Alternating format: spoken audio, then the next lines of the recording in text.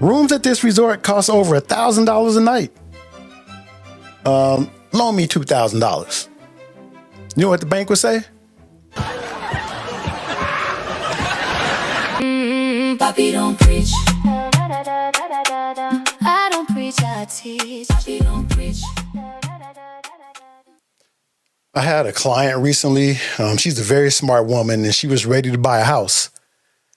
And all of a sudden, she got kind of cold, and she told me that someone she knows told her that it's not a good time to purchase right now.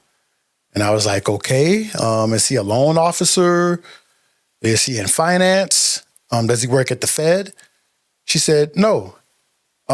He works at the deli in Albertsons. Cut that meat. Sandwich. Cut that meat. $6. Cut that meat. The deli in Albertsons. I'm like, okay, so by that logic, let's do this. Give this message to your friends, send it in your group chat, and tell them I'll be doing organic mammograms behind Roberto's Taco Shop. The one right up here on Gibson. Okay. It's going to be totally free, and they will get the results immediately. Here you go. Let me see that again. I didn't get a good look at that. I won't know what the hell I'm talking about, but I like to help. I love to help. I want to give you some advice. If you need advice, take it from a professional in that industry. Let me ask you something. Have you ever had a coworker completely destroy a project and then get promoted? Yeah. That's basically what happened to the American housing market in 2008. And you and I, we paid for it. Today, we're talking about mortgage rates, where they've been and where they are now, and the inconvenient truth that nobody at a bank is going to tell you. Let's get into it. Before 2008, mortgage rates had been on a slow, steady decline since the early 1980s. That's when they peaked at around 18%, and that was crazy. By 2007, the 30-year fixed mortgage was sitting right around 6.2%. Nothing fancy, but it was normal. It was stable. The market was doing what the market is supposed to do.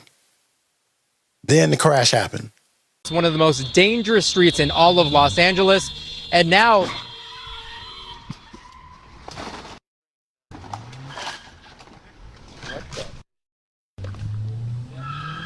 Now, I want to be crystal clear about this. The crash wasn't some random act of God.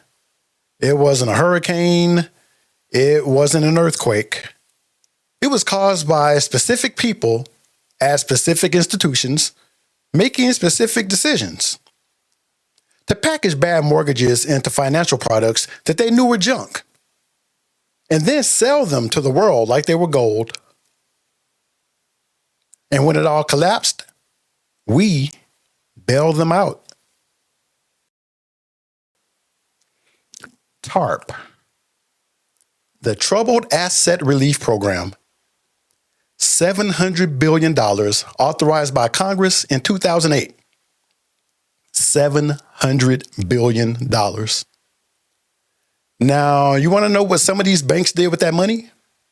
Less than a week after the federal government committed $85 billion to bail out AIG, executives of the giant AIG insurance company headed for a week-long retreat at a luxury resort and spa, the St. Regis Resort in Monarch Beach, California. AIG documents obtained by Waxman's investigators show that the company paid more than $440,000 for the retreat, including $200,000 for rooms, $150,000 for meals, and $23,000 in spa charges. They're getting pedicures and their manicures, and the American people are paying for that.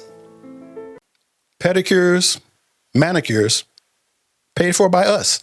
Look at this. I need a manicure right now. Now, I'm not a violent man. Why you always lying? Oh my God. But I understand why people were angry. And AIG was not alone.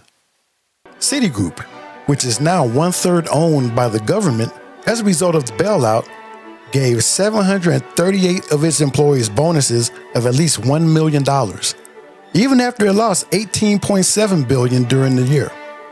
Citigroup, one of the biggest recipients of government bailout money, gave employees $5.33 billion in bonuses for 2008. Let me repeat that. They lost $18.7 billion, took $45 billion of our money, and gave out $5 billion in bonuses.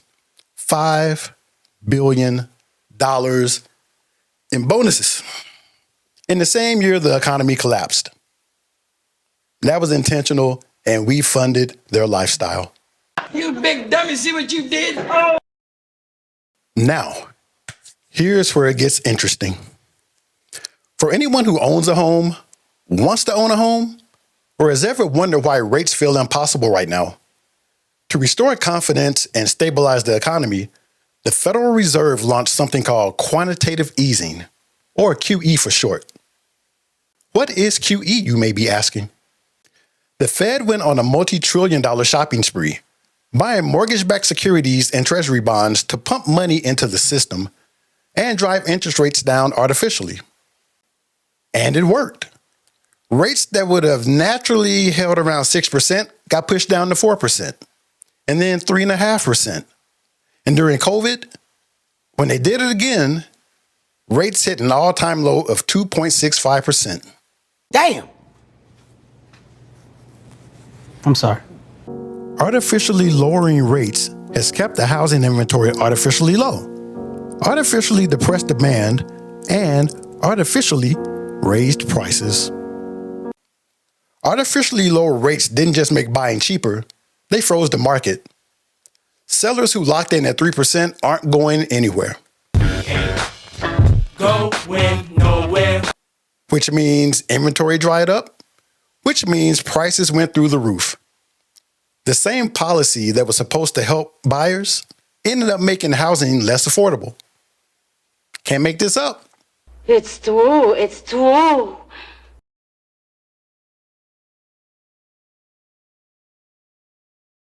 So here's the part that really gets me. The Federal Reserve purchased over $4 trillion in assets between 2009 and 2014 alone. The money directly suppressed mortgage rates for over a decade. And where did the rates end up? Right back where they would have been anyway. I pulled the full Freddie Mac weekly mortgage data, 55 years of it, going back to 1971. And if you model where rates were naturally trending before the crisis hit, before QE kicked in, before all of the interventions, the natural trajectory points to somewhere between 5.75 and 6.25% today. And where are rates right now? About 6.37%. So we bailed out the banks, we flooded the market with cheap money, we inflated home prices by hundreds of thousands of dollars. We triggered an inflation spiral that forced the Fed to hike rates faster than they had in the last 40 years, pushing the 30-year mortgage to nearly 8% by late 2023. And after all that, we ended up right back at 6%. We just took the long, expensive way around. Okay, so why am I telling you all of this? Because I'm tired of buyers sitting on the sideline, taking advice from people who have no business giving that advice. And look, I'm not picking on anyone's profession.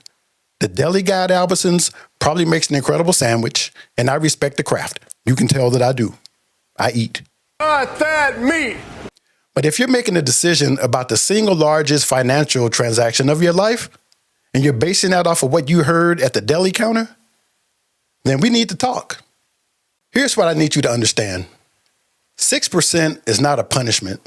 6% is normal. If you look at all that 55-year Freddie Mac data set, the average 30-year fixed rate since 1971 is 7.7%. 7.7. So if you're sitting out at 6.37, waiting for something better, you are waiting for below average rates while living in above average prices. That math does not work in your favor. The move right now is to buy smart, buy at the right price, and position yourself so when rates come down, even a point or two, you refinance and your payment drops. That's what you do. But, you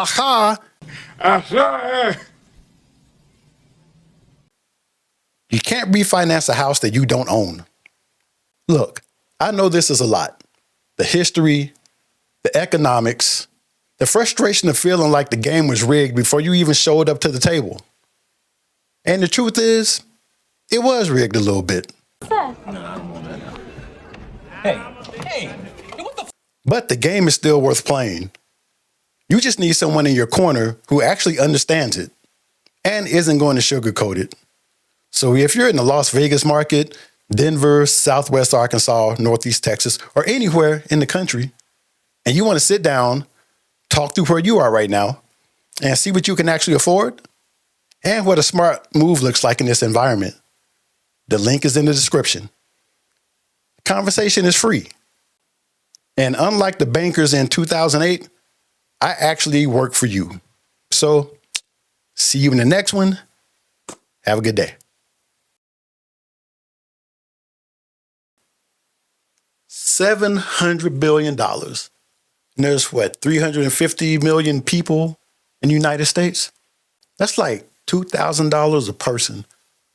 Imagine if you go to the bank right now and you're like, hey, I just lost all my money doing some crazy stuff with it. Loan me $2,000. You know what the bank would say?